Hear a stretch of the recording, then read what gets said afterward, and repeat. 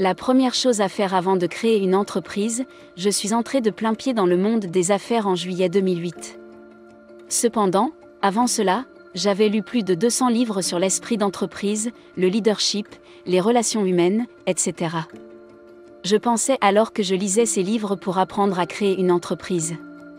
Mais avec le recul, j'ai découvert que la chose la plus importante que ces livres ont faite pour moi, c'est de m'aider à faire la chose la plus importante que vous devez faire avant de créer une entreprise. C'est ce que je vais vous montrer dans cette vidéo. Si vous êtes nouveau ici, pensez à vous abonner pour ne pas manquer d'autres vidéos intéressantes comme celle-ci. Entrons dans le vif du sujet.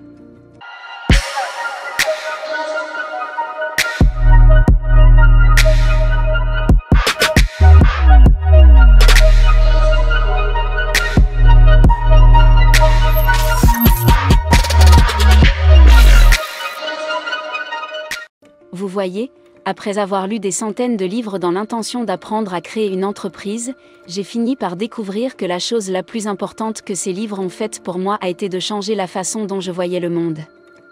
En d'autres termes, la toute première chose que vous devez faire avant de vous lancer dans les affaires est de changer votre façon de voir le monde. Je m'explique. La plupart des gens ont été formés pour être des employés. C'est pourquoi la façon dont ils sont programmés pour voir le monde n'a rien à voir avec la résolution de problèmes. En fait, le monde que nous sommes formés à voir la plupart du temps est un monde de sécurité. Un monde où le gouvernement est la raison pour laquelle les choses vont mal. Un monde où nous pensons à quelqu'un qui nous donnera du travail et s'occupera de nous pour le reste de notre vie. C'est un monde où rien ne vient de nous, un monde où tout ce qui ne va pas est la faute des autres. Maintenant que vous voulez devenir entrepreneur, maintenant que vous démarrez une entreprise, avant même de penser à l'entreprise à démarrer, à la manière de lever des fonds ou de constituer une équipe pour cette entreprise, la toute première chose à faire est de changer la façon dont vous voyez le monde. Car tant que vous n'aurez pas changé votre façon de voir le monde, vous ne pourrez pas changer le monde. Et l'intrapreneuriat consiste à changer le monde. Alors, comment devez-vous voir le monde ? Tout d'abord, commencez à vous considérer comme un pilier important dans les affaires du monde. La plupart d'entre nous ont été conditionnés à se considérer comme une partie minuscule et insignifiante du vaste monde. Le problème de cet état d'esprit est que vous ne pouvez pas changer le monde, sauf à le défier. Et vous ne pouvez pas défier le monde. Si vous pensez que vous n'êtes qu'une personne parmi 8 milliards d'autres. Et si vous ne pouvez pas défier le monde, vous ne pouvez pas construire une grande entreprise. Car les grandes entreprises sont construites par des gens qui sont assez fous pour penser que tout le monde a tort.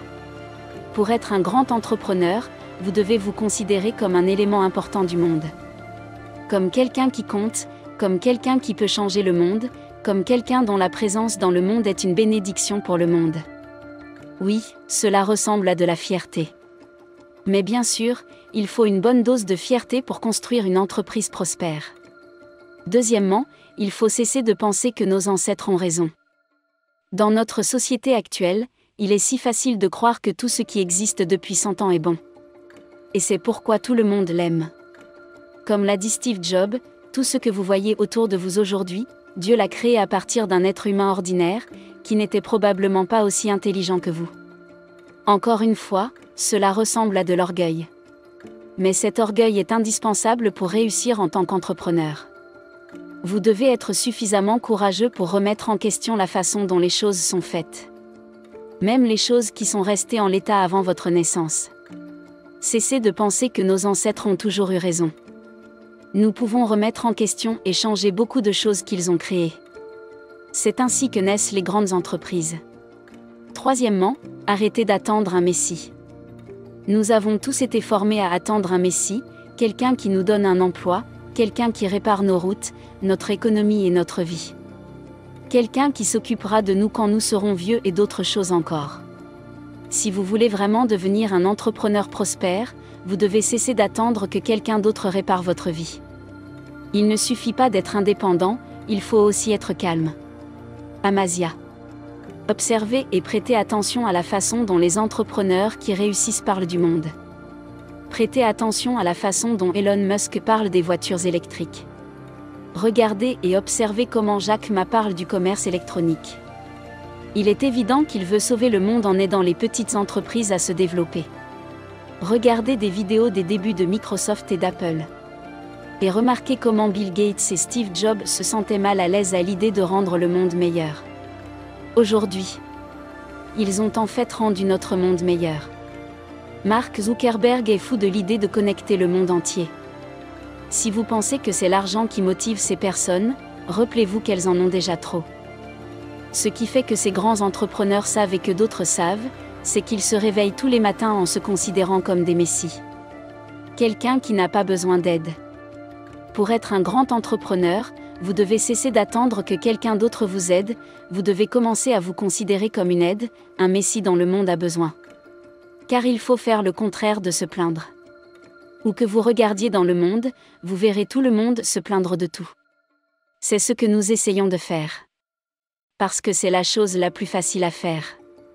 Qui sur Terre ne peut pas ouvrir la bouche et se plaindre de quoi que ce soit ? Ce que la plupart des gens ne peuvent pas faire, c'est chercher des solutions. Parce que c'est beaucoup de travail.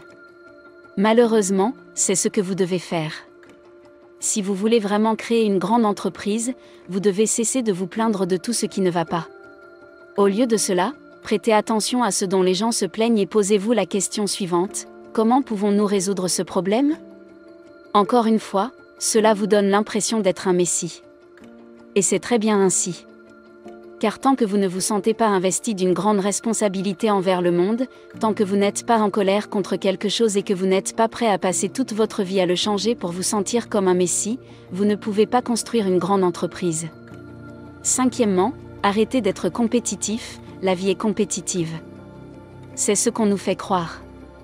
Il faut se battre contre tout le monde au lycée, il faut faire de même à l'université, il faut se battre contre tout le monde pour trouver un emploi. C'est la survie du plus fort. Mais ce n'est pas vraiment l'esprit qui permet de créer une grande entreprise. Dans le monde extérieur, les grandes entreprises sont en concurrence les unes avec les autres, mais la force de cette concurrence réside dans la coopération. Imaginez un match de football. Le football est l'un des sports les plus compétitifs au monde, c'est vrai. Mais cette compétition ne peut être gagnée que par la coopération.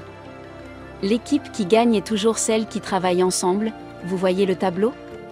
Bien que vous deviez être compétitif dans votre entreprise, votre force de compétition viendra de votre capacité à construire une grande équipe.